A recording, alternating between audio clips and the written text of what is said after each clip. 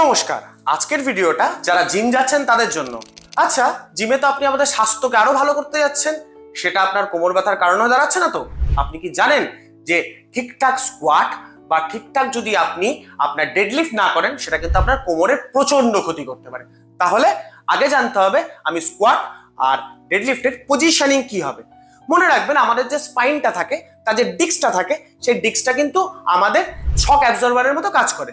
So আমি যদি আমার ডিস্কটাকে ঠিকঠাক ইউজ না করি বা ওভার ইউজ করি, তাহলে কিন্তু সেটা ডিস্ক হার্নিয়েশন হতে পারে, প্রোট্রুশন হতে পারে, বা অন্য কোনো কোমর ব্যথার কারণ হতে পারে। তাহলে এগুলো কি করবে? আস্তে আস্তে আপনাকে সায়াটিকা, নামনেস বা কোমর অসহ্য ব্যথার কারণ হতে পারে।